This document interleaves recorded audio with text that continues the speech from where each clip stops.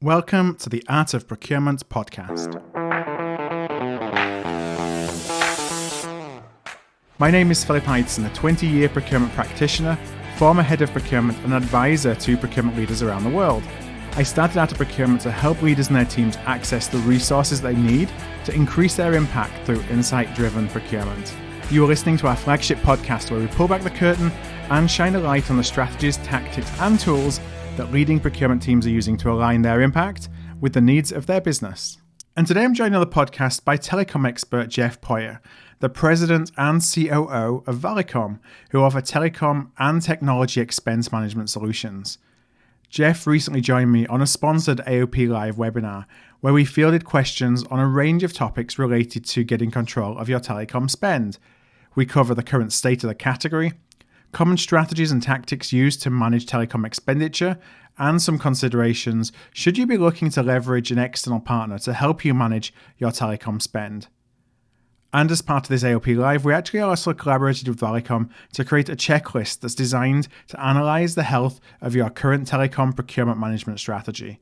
So you can download that just by going to artofprocurement.com/telecom checklist. That's all one word. That's artofprocurement.com/telecom checklist. You can also find it at the show notes for today's episodes, which are at artofprocurement.com/podcast. Okay, let's go into the AOP Live webinar recording. And I start by asking Jeff how he first got involved in the telecom category. You know, that's a great question. And for me, it goes back quite a few years.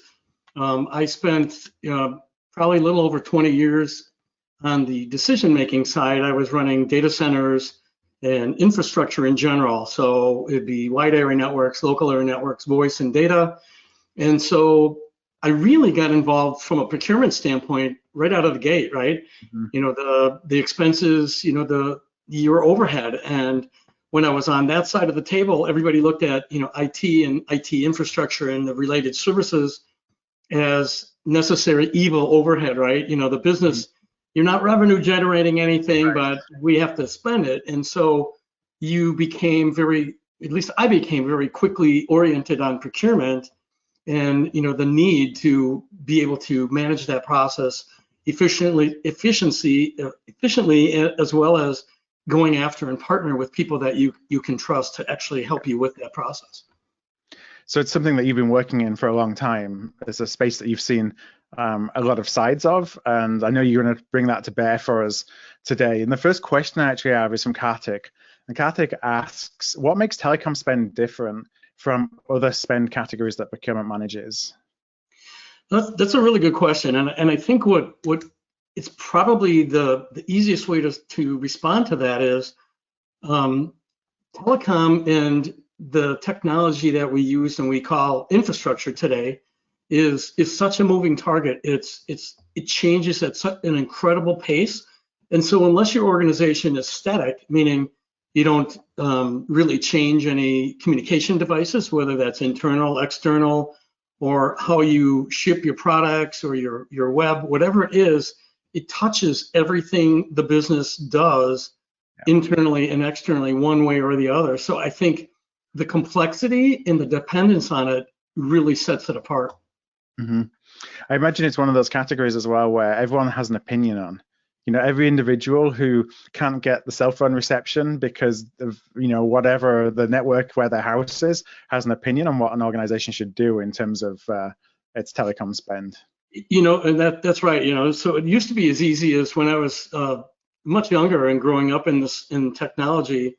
It used to be, well, it's dial tone, big deal. You know, well, that simple dial tone now is video and streaming, and you know, it's basically everything we've ever thought, you know, we could use for efficient communications and managing and selling our products to you know, the next best thing coming out on a every 3-month basis. So it's exciting, but it's also challenging because it is most of us are not are kind of change averse. So as new things come out, if you're not schooled in a lot of the terminology, it's hard to manage something you're not an expert about. And the reality of it is most of the IT or telecom staff or even procurement does not have a blank check to hire as many resources as they need to help out. So now, when you think about telecom as a category itself, what kind of subcategories would typically fall under that the telecom umbrella, if you will, or telecom banner? Sure. So there's a lot of, when we hear telecom, it really, we really kind of summarize that under infrastructure. And so the subcategories are wireless devices. That can be something as simple as a wire air cards people use to communicate remotely wherever they are, especially now in a hopefully post-pandemic communications world. Wireline or wired, they call it. So people refer to POTS lines or 800 numbers or call centers, and then also a wide area network. So local area networks, wide area networks, it's the data networks, whether it's voice and data.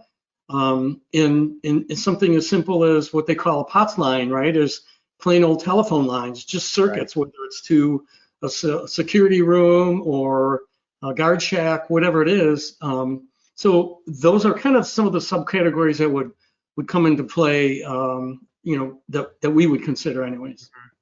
Now, here we are, we're recording this in May 2021, and I wonder if you could just help us with a snapshot of some of the leading trends right now that are associated with the category. We've had the pandemic, at least in the US, folks are starting to think about going back to the office or perhaps have a view of what the normal might look like. I just wondered if you could share a little bit about how that's shaping the trends in the telecom space. Sure. It's really, I would hate to be in real estate right now, because especially on the commercial side, because companies are finding that the remote workforce actually works pretty well, and it's pretty stable, and a lot of the carriers and the providers of internet services remotely have stepped up, and myself, you can sit here at your residence and get 1 gig of service. So it's really incredible. But I think some of the trends in general is, that being said, the communications and the expenses associated have shifted. It used to be somewhat contained to bricks and mortar, the specific company, and now it's spread all out, around the country or around the world. So making sure that you have accurate inventory as this changes, there's a lot of people still scrambling to pick up the response, the way that they had to respond to the pandemic and working remotely, as well as the gear. There's all kinds of, we're all using, different microphones, different videos. Zoom is taken off. So there's the subscription of Zoom and the plethora of conferencing you can use. So really, the major trend is people that maybe in the past thought maybe marginally of telecom expense management are now looking and going, oh my gosh, it brought some light to the lack of systems or the lack of structure as to how to manage this overhead, right? So how can we manage this overhead more efficiently and effectively? And so looking for tools as well as partners to help companies with that, so you don't have, as revenue increases, you don't have expenses, paralleling that ride. So I think people have had enough time during 2020 to recognize that there's been significant change, and now's the time to bring visibility and validation to those costs and inventory, and try to manage it and reduce and take more advantage of some of the programs and the partnerships that are available out there. Now, have you found that with everybody going to a work from home environment, that's led to what we would call in procurement terms rogue spend, but folks who may be going and putting in place their own contracts, just for themselves as an individual, whether it's buying their own devices, buying their own air cards, and not necessarily going through a corporate program? Or have you not seen so much of that? I'd love to know what you're seeing in terms of the control of the spend in the category. I don't know that we're seeing a dramatic shift in that regard, because it really comes to the philosophy of the organization, whether they're more centralized or decentralized or BYOD, right? Bring your own device. And then you either get a stipend or whatnot.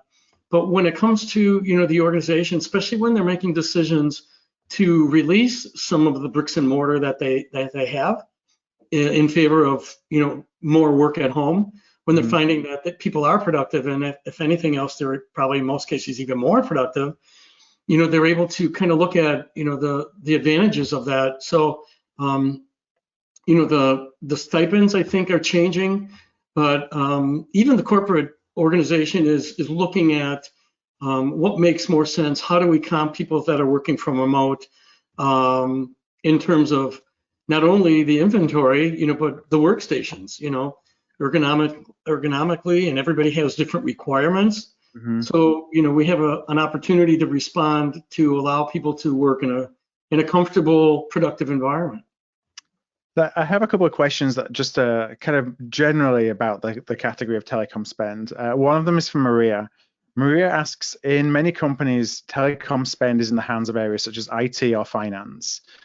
Without these areas actually having the knowledge or expertise to negotiate in the most competitive way. And Maria wonders, how can procurement work with them to influence the spend, even if a procurement professional may not actually have the authority to negotiate it? That's so in answer to, I guess, part of her question initially is, yeah, we hear from everybody in the categories that she talked about, right? People in IT, in telecom, in procurement, in finance, you name it. If there's an interest to get a handle on infrastructure and specifically the costs or the processes that are involved in managing that inventory and the associated expenses, we hear from all of the above. And we have probably over the last few years made sure that no matter who the sponsor is, we make sure that the people that are on the front line that are actually getting the thousands of invoices a month and trying to work with the finance department to do cost allocation and so on, that they're not threatened. It used to be back in the day with a TEM program that people on the front line or even managing those programs were a little bit off-put in terms of, what if they find something that are going to make me look bad or are going to make me lose my job. And so really what we try to be able to do is scale the services that are available for every individual within that audience, right? So if somebody that's dealing with that in the front line, we try to augment their value and their process, kind of put a feather in their cap by making their job easier so they can elevate within the organization and handle more valued activities. So we find that anybody in the organization can do it, but I will tell you, in general, what is just somewhat perplexing is a lot of times, unless and until there's an event where the organization wants to purposely be more optimal or reduce expenses, that's when people kind of get like a spur in the backside and go, oh, we need a program. We don't have a good program. Where we're really impressed, and it's probably less than 10% of the companies that we engage with, is when people are profitable and everything's going great, and then they reach out to a company like ours. That's really impressive, because that's when you really should, is when you're not in fire drill mode. And then what was the second part of her question? Yeah, it was really tied to procurement being able to influence the spend if they don't have the authority to negotiate it, which I think you talked to a little bit about. How can you build those relationships so that stakeholders don't fear the procurement person, that you're coming from a position of help. Yeah, and that's, I appreciate you filling that in. So the thought that I wanted to share there is, when I said that, even the entry line person that's doing kind of the heavy lifting, we actually have found ourselves in building business cases for any of those audiences to say, okay, so what do people, how do they sell it internally? So we've done that, and actually we just recently did that for a fairly large organization that we're looking for help as to how to sell this internally, as to what are the benefits. Because again, unless you're immersed in this, people just look at it as an IT or telecom expense, and so we're very excited to be able to help at all levels when they come to us with those type of requests. So I have a question from Mel, and Mel asks, how many organizations truly have a written category strategy for telecom?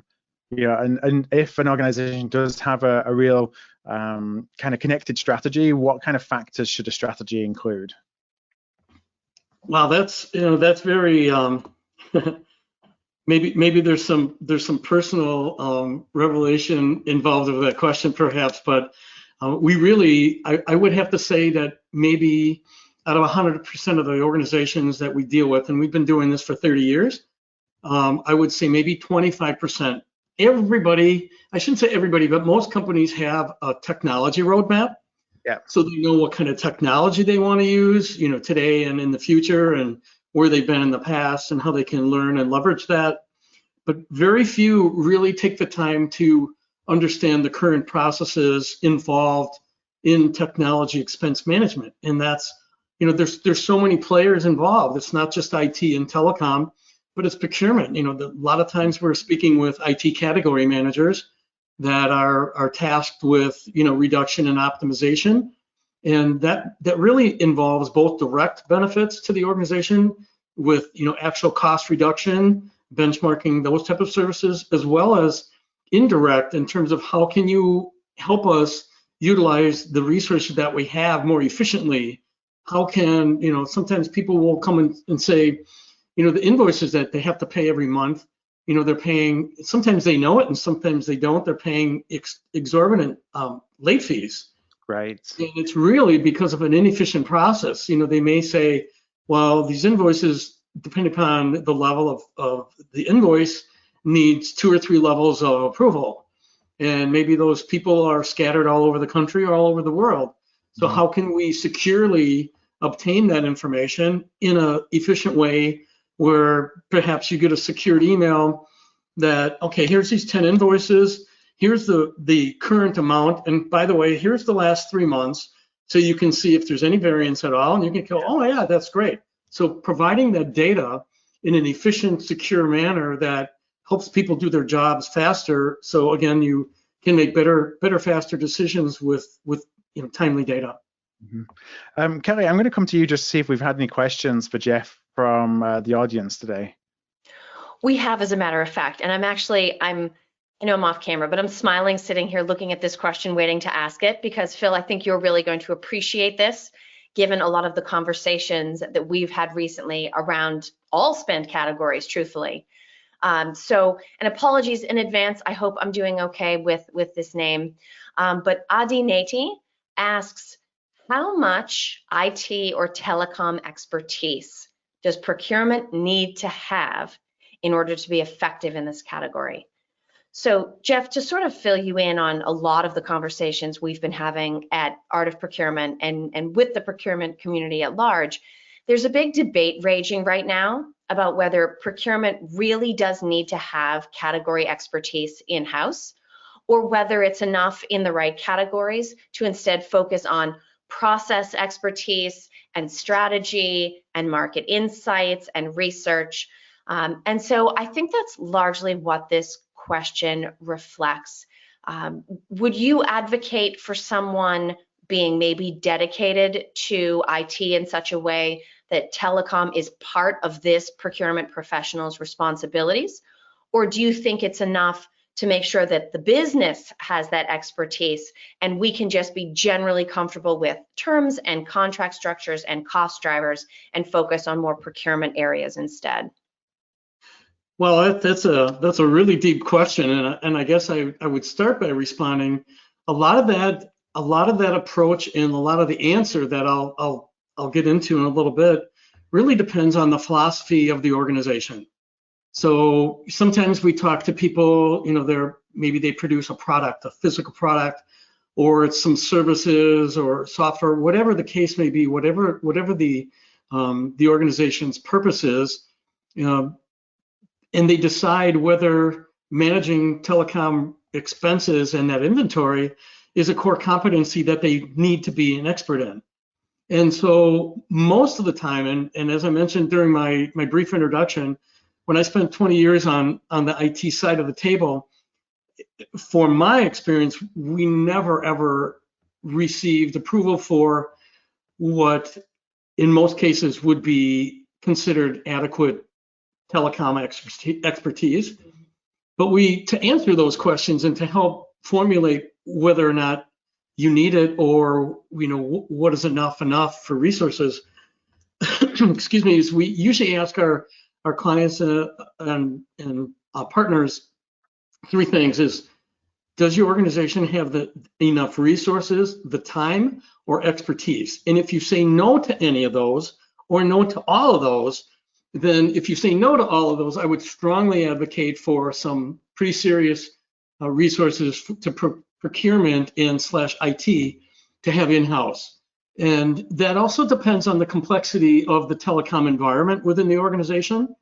You know, if people have just regular telephone lines and a switchboard and direct lines to the people within the organization in a wide area network, I would say you probably don't. But it depends on how complex the organization is, the philosophy of the organization, and if any kind of pain points related. And I'll try to keep this brief and succinct, because the pain points, I can't tell you enough how much that becomes the driver of the answer, how you answer that question, right? So we had a company that had, let's just say there was $7-figure dollar amount that from one year to the next, they had no idea where that increase in telecom came from. So you would take that as a management, challenge and say, okay, this can't happen again. That's a lot of money right to the bottom line that nobody can answer where it's coming from. And this isn't about who's at fault. It's about what do you need, to manage telecom expenses in that organization. So, it depends on that pain point. If you say, we have no idea what inventory we have, we get suspension notices from the carriers, we have executives service, or we have wide area network locations that are shut down due to lack of payment or late payment. So it depends on what those pain points are that'll help drive you to answering those questions. Did I cover every aspect of that, Kelly? I think you absolutely did. And maybe just one quick follow-up, because it's interesting when you talk about complexity. And so being a procurement person myself, I naturally think of complexity in a quantitative way, although it isn't always. Do you tend to see any natural breaks or levels of complexity that happen with certain numbers of users? So is there a natural breaking point where organizations tend to have between, 0 and X users in their telecom program, and that tends to be associated with one level of complexity, versus when you get into either much larger organizations or far more geographically distributed organizations? What ultimately drives that complexity? So a lot of times how the organization utilizes technology, so it could be as simple as people are the sales force. It's an extensive sales force, and they're armed with, smart devices, and they have to travel on a regular basis. And the organization has custom apps that are frequently pushed to those devices. It really depends on how the technology is utilized, which lends to the technology. How many technology requirements per division, per location can vary significantly, right? If you just have a manufacturing plant and you just need wide area network access, and people are on the floor putting widgets together, not to say that that's not going to be complex, because that production floor could be loaded with robots and needing instant access to whatever computer infrastructure they need. So it really becomes part of that, how technology is utilized. But the other big factor really that'll help, I think, procurement people in particular to get comfortable with what your organization needs. We found that customers or companies that would come to us and looking for assistance, whether it would be just consultative or provide a solution or just flat out outsource, the function, it comes to the amount of spend, right? So if a company is spending, let's just say $100,000 a year on telecom, then, with our experience, what that's going to show is that the company itself is probably only receiving a few invoices a month. So one would argue it's pretty manageable for both somebody in procurement, somebody within IT or telecom to manage that and work with like finance to do cost allocation if that's what they're doing and pay those bills on time. So what we found is companies with, probably less than, kind of a benchmark that we've seen be applicable over time is under 250,000 a year in the telecom spend is probably not necessarily a high value for anything to be outsourced. But on the other hand, that 250,000 a year in spend could be very complex, and you could have that spread over, countries, or you could have that spread over, 20 states within, the United States. And so it really depends on a lot of variables. But in general, how many invoices, the timeliness of getting that, and in understanding the information. Most would argue that the invoices are not necessarily purposely designed for intuitive understanding and use of that information. So having people that understand and have the expertise, I think, is critical. But now then you go to like a level of 500,000 to $1 million, and then like $1 million to 10 million, and then of course above that is really just sheer volume, the size of the organization and so forth. So I hope that helps, but that's really how we would guide a company or people in procurement in general to say it really is kind of focused in on your pain points, focused in on the annual spend, because that'll help dictate how much behind the scenes work is involved in those contracts or the monthly invoicing and the pure management of the spend. Excellent, Jeff. Thank you. No, that definitely helps. And we actually have quite a few more questions that have come in, but I know we're getting to some of these in the next topic. So bear with us, everybody. I'm going to hold on to those questions for now because I know we're moving on to them in the next section. All right. Thank you very much, Kelly. So we are going to go into some tactics that we can use in the telecom category. A question that I have from Paul is, and I'm sure this is something that a lot of procurement folks want to know, especially if they may be looking at this category for the first time. What are the 2 or 3 proven techniques that you see time and time again that are used to obtain rapid cost savings results, especially if you're looking at this category with fresh eyes? Okay, so yeah, that's I could probably use the rest of the half an hour for that answer, but I'll try to be succinct. So probably the first one that comes to mind is, and this may not necessarily answer, but it's going to get to that answer, is with the fresh eyes, as you say, is asking the organization, whoever the decision makers are, or the frontline people, whoever is applicable, what is your annual spend? What is your annual telecom spend? And our years of experience show that 50% of the people that we ask that question to, they don't know. Right. And if the organization doesn't know, then you absolutely cannot manage effectively. You can't bring visibility to that spend. And if you don't have visibility, you can't manage and control it, right? And so other people that were to venture a guess, and we tend not to do that with a group audience because we don't want to embarrass anybody. But the people that do provide a number are usually 50% wrong. And it's either they guess too high or they guess too low. And so depending upon, if an organization knows that number, that's a great start.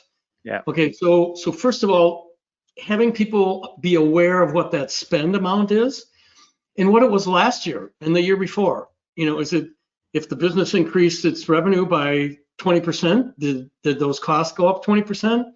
If it did, that's not a good trend. So again, being aware of it gives procurement for sure something to be aware of, to go, well, geez, maybe it's time to have our vendors sharpen their pencil or look for other alternative resource support. The second is inventory. Okay. Especially with the fresh eyes, if people say, well, do we know what our inventory is? Not just because we took a snapshot of it in fall last year, but do we know what it is every single month, every quarter, every day? And if the answer is yes, that's impressive, right? Because unless the organization is static and not much changes, which we haven't run into that client yet. Everything changes. And so, with that being said, having clear processes built around the inventory to make sure that circuits that are disconnected or no longer used or upgraded, you'd be surprised about technology that's upgraded within an organization and people not having the time and the resources to go back and make sure that that technology that was displaced is actually comes off the books. People pay for things, for a long time.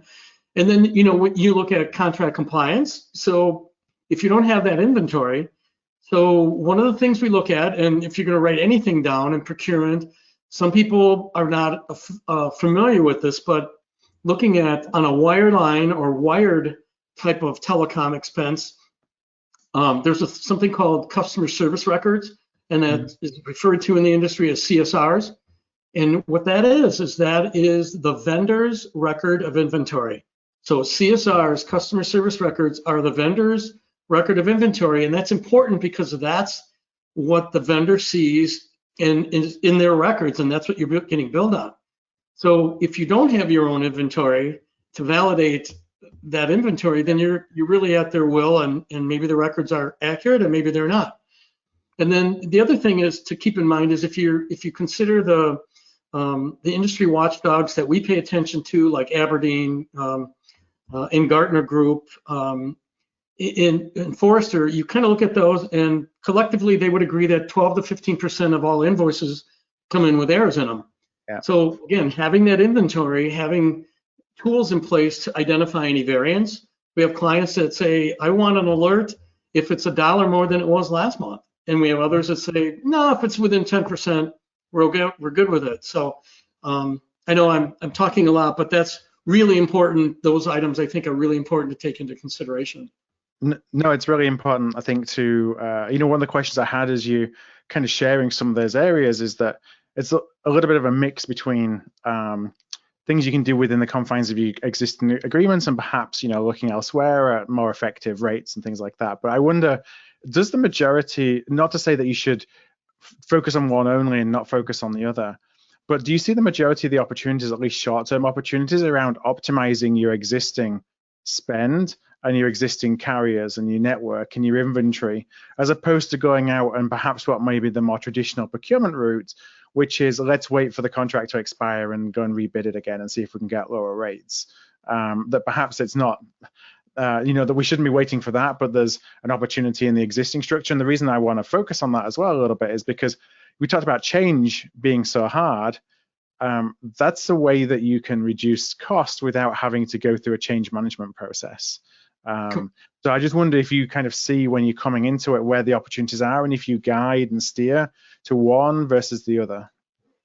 Sure, absolutely. And I would say for companies that have never even thought about either tools or a fully outsourced managed service or solution from a telecom expense provider, I would say that if you've never had it before, of course, coming in initially, there's all kinds of low-hanging fruit within an organization, and that could be as simple as benchmarking other companies that are of like complexity as well as like size, and the region that they are located geographically. So you take those components and you can kind of go, something looks a little odd here. It's much higher than what we've seen. So there's one item. When was the last time contracts were negotiated? And a lot of times, people will say, well, we've been on month to month, and we cringe when it's month to month, because usually there's big time accelerators in those carrier contracts.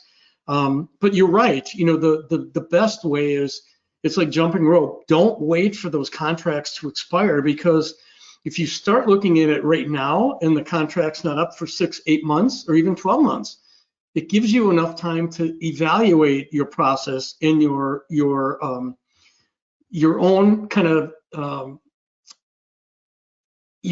reflection of the organization of how you do things. Mm-hmm. If you just a cursory, map out, okay, when an invoice comes in, this is the process that goes through to the time it gets paid.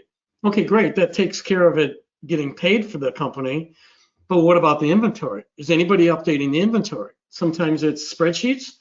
Sometimes the person that was maintaining those for telecom resources, you know, they've been with the company for a long time and they either leave the company or they retire.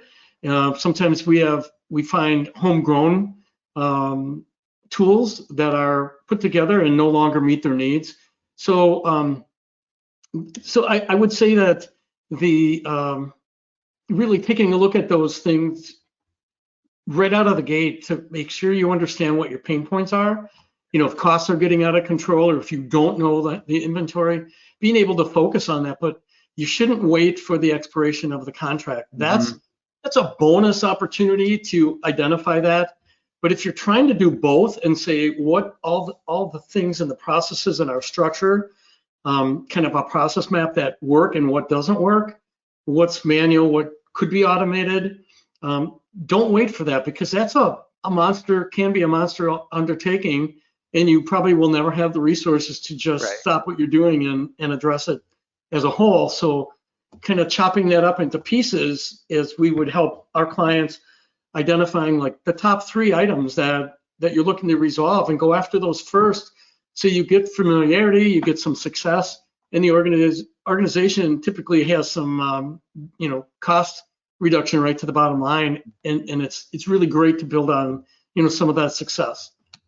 So you mentioned spreadsheets there, and I made a note to come back to that because I'm going to come back to that in a moment. There's a couple of questions that I have that are related just to the spend category itself and tactics within the category, but I do want to ask you more about how do you actually, you know, access the information and the data that you need to make a difference in the category.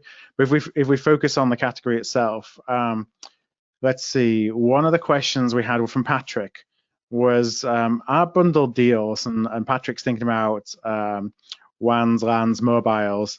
Is that the best way to go forward, bundled deals, or should he be looking about best in class in each area? Or perhaps what are the considerations of deciding which way to go? And I'm sure I didn't get part of the question there, Philip. Yeah. So the question is it as a bundled, does it make sense to bundle your telecom, you know, with a single provider, for example, or should Patrick be thinking about going with a best-in-class provider in each one of the different subcategories? You know, that's a really good question, and it really comes down to your familiarity with telecom. And you know, if you've done bundling before, then again, there's a lot of opportunity there for an organization to do that bundling. Sometimes, you know, depending upon, you know, you may have, you know, several components of that bundle, and maybe 1 or 2 of those components are not working like you would like. So that's kind of the downside, right? So it really depends again on the philosophy and how much time and resources the company has to manage that, right? Because just because you do the bundle, we have a lot of times we find that our clients are very satisfied. You know, they just get done with a great RFP, or it was an RFQ, RFI, now it's RFP, and they get through that, you know, very intense process, and they get down and they finally pick the vendor and they get the contracts done and they walk away from the table and they go, awesome, check that box, which I'm a box checker myself. And then they go on about their business. And a lot of times people don't have the infrastructure in place to monitor. Did you get what you just think you negotiated? You did. You got the contract, you saw the rates, you got the bundle, and you walk away. But who's looking month over month right after that contract and a year down the road to say, did we get what we said we were going to get? You'd be shocked on the companies that find out they haven't been getting that rate since day one, or the company's infrastructure changed. Maybe they acquired another organization and it became more complex. And in that mix, in that merging, they lost track of some of this stuff. So it really depends on the complexion of the organization, what they're comfortable with.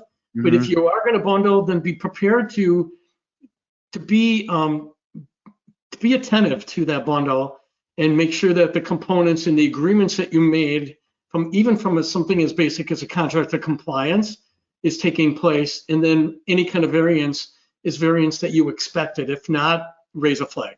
Right. Now, Kelly, I'm going to come to you just in one moment. I've got one more question here I want to ask on the category, and then I'm going to go into some questions. I mentioned spreadsheets before, into some of the how we bring it all together. The last question I had on the category perspective before I jump over to you, Kelly, was from Larissa. And Larissa asked, what are some of the top SLAs for inclusion in telecom and also telecom expense management contracts?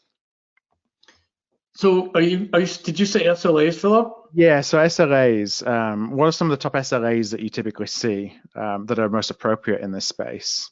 Yeah, it depends. There's a lot of companies that have full dependency on their networks, and they may have SLAs from their carriers to their vendors that includes X amount of downtime. Of course, everybody talks about 99.9% of system availability, but what does that really mean? If you're contracting for 100 meg service for internet, and most of the time you're getting 90 or 50, what does that mean? Do you have an SLA written for that? And what I would caution people on is, you can purchase very complex books on SLAs and try to say, well, I want to just change the names and put it in ours. But the fact of the matter is, if you don't have the systems and the resources in place to actually manage complex SLAs, then I would say, what's the point, right? So writing the SLA tight can be really good for the organization, or it can be really bad, because if you write it, and people know if you're looking or not, if you're not holding people accountable to, well, what is the outage? A lot of times people will say, well, we didn't have any outage last month. Well, how do you know?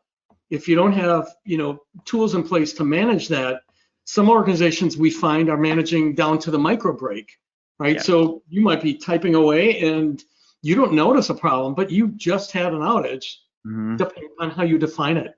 So SLAs are good. I see more SLAs in our industry around the invoice processing, right? So I want my contractor compliance. I don't want to have errors that come in. I want to get my invoices within X amount of business days.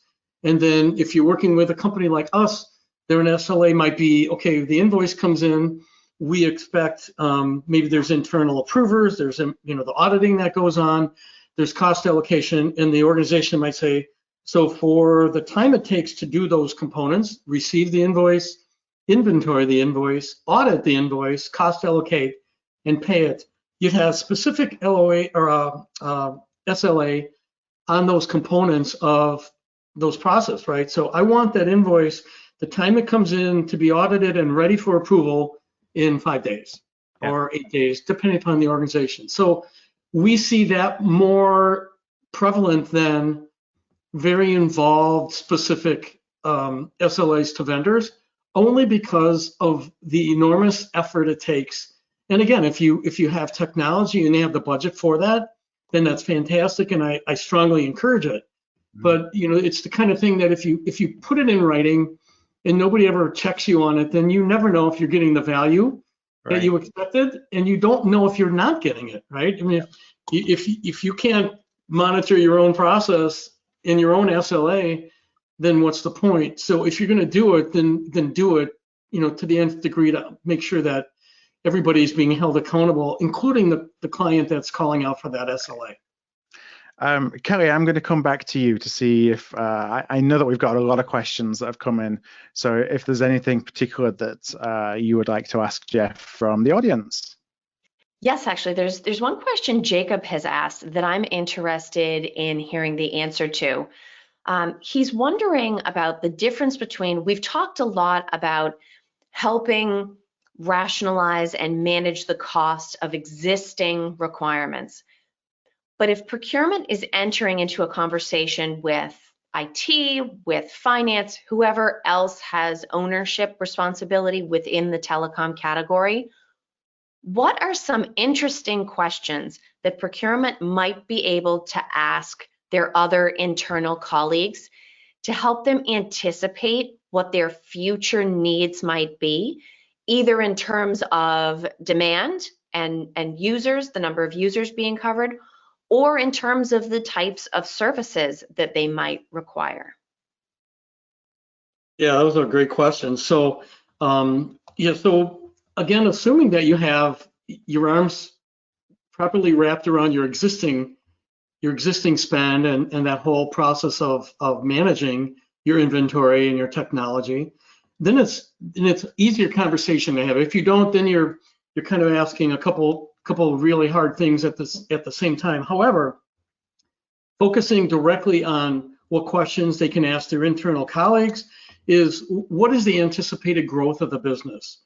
In other words, if they're looking to grow the business organically, and that means X amount of people, and then the question is okay, if we're going to add, have umpteen people that are going to be added, what areas within the organization? Because if they're in manufacturing, or if they're out on the road and they need technology to do their job, and it's more sophisticated solution than not, then knowing the type of people that will be added or anticipated being added will directly affect the planning of that technology resource. And so, the number of employees, if there's any acquisitions that the company expects, if there's any contraction, likewise, that the company expects. So people in procurement then can look at the technology as a category and say, okay, we've got this contract coming up, and we're going to focus in on wireless because we have hundreds or thousands of devices. We want to make sure we have the right plan, and the plan can contract and expand without an upheaval of the agreement, right? So you'd have some plus and minuses built into the agreement based on what you expect to have happen within the business, right? So if you say, well, they're looking at maybe 2 or 3 acquisitions, our data network, our wide area network, we're expecting that to expand by 1/3 or 1/2. You would want to maybe take that information and negotiate that into your rates with your carriers, for example, and say, we want you to give us the opportunity to negotiate with our anticipated volume. And some will and some won't. And you say, well, okay, let's have some thresholds where, if we meet these thresholds, we get better rates. If we don't, then you get better rates, that kind of thing.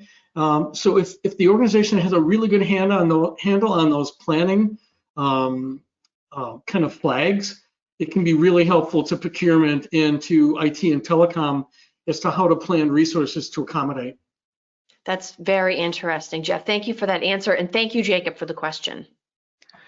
Thank you, Kelly. So I want to go, we've got 10 minutes left. I have 2 or 3 questions that I want to pose to you, Jeff, time allowing, on the how to manage the category, especially with all the data that we need to pore through, if you will, from a procurement perspective that can sometimes be difficult to get a handle on. And as other questions come in, we'll make sure that we'll share those with you afterwards so that you can do any direct outreach. This is for anybody who does want to ask questions and we run out of time. Question I have from Deanna, and this is where we talked spreadsheets earlier, and this is where my interest was piqued.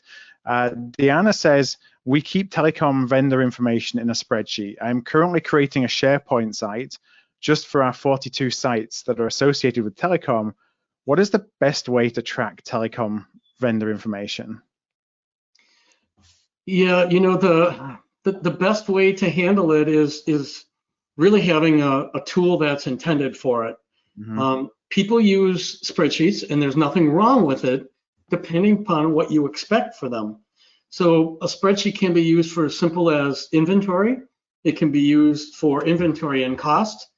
But as your environment ebbs and flows, unless somebody's full-time job is to keep that accurate and current, most of the time it gets out of sync.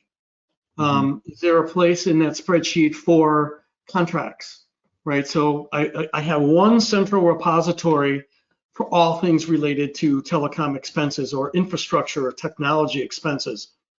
And so if the tool is broad-based enough, it should be able to handle live copies and PDF copies, if you will, of all of the invoices that come in, electronic copies of all your contracts, all your CSR information. Those are the 3 major components we feel is the foundation for any good expense management program, is having the vendor's record of inventory, the CSRs, the monthly invoices, and the contracts. Because when you have those three components, that gives you the visibility and the validation of that expense. Of course, now then you take it, say, okay, at this day and this time, I've got a great picture of the way it is at this moment. But what about tomorrow? I have some of these contracts that we don't need anymore. I have people refer to it in the industry as MACD, moves, adds, changes, and disconnects. A lot of times, if you don't have a structured process to handle that, it's a crapshoot whether or not 3 months from now your inventory is going to be complete. You'll miss, finance might be struggling, pulling their hair out, going, hey, last time we had 300 items in your inventory that we're trying to cost allocate throughout the organization or throughout the divisions, and now we have 325. We don't have cost allocation codes for those. What happened? Yeah. Maybe it's bogus, maybe it's not. So it really comes to, those are the items, the main items, but your spreadsheet might not reflect a circuit, for example, that could have 2 location identifiers, but your software could. So it really depends on what you want out of it. If you don't need all those things I just talked about, then maybe spreadsheets are good, but if you're trying to tie all those together and make it as efficient and accurate and current as possible, then whether it's Valicom's software, Clearview, or anybody else's, I would strongly lean toward getting a software that's really written to handle all those, because you're going to love the reporting capability, the validation, the optimization opportunity, and overall cost reduction. We talked a little bit earlier about complexity and of spend. Is there a certain level of spend or threshold for users or complexity, or where it makes sense, where there's an ROI for investing in technology, where something under that level you typically see, while it might not give you the optimum results, using homegrown or using a spreadsheet is good enough? I would say, I would come back to my, the way I addressed part of this question earlier, Philip, and saying that, if you're probably less than maybe $250,000 a year, a spreadsheet will probably be sufficient, unless you're in a very complex environment. So the larger volume, the more complex the environment, either from the technology that you use, how you use the technology, or geographically, are all those components that go into it, that you can benefit from. But, at the end of the day, telecom expense management is not any businesses that I've run into core competency. Right. So the people that are managing that, are either doing it with one hand tied behind their back.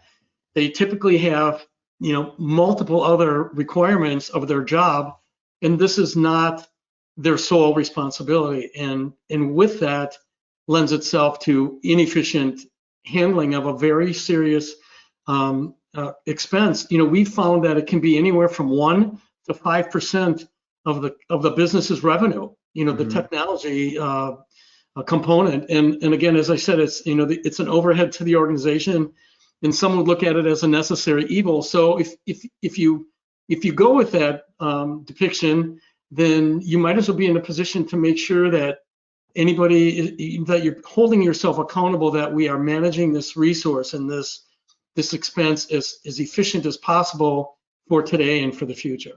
Yeah. So we have, I think, time for one last question. And this is from your namesake, Jeff, who spelt the same way as well.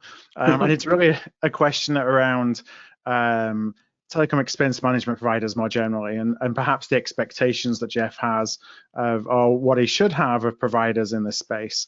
Jeff says, we engaged a major telecom expense management provider a couple of years ago to manage our wireline and wireless spend.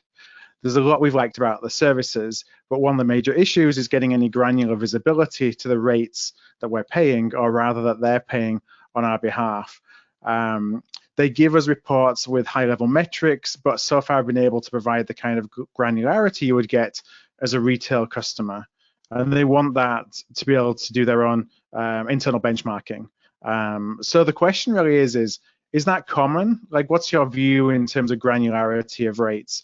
Is what they are seeing something that's typical in the marketplace, or perhaps are they not getting the level of details that they should be expecting? I would answer that question as it's not typical. Mm-hmm. They should, Jeff should be able to set his expectations very clearly of the level of granularity they need for that expense and be able to get it.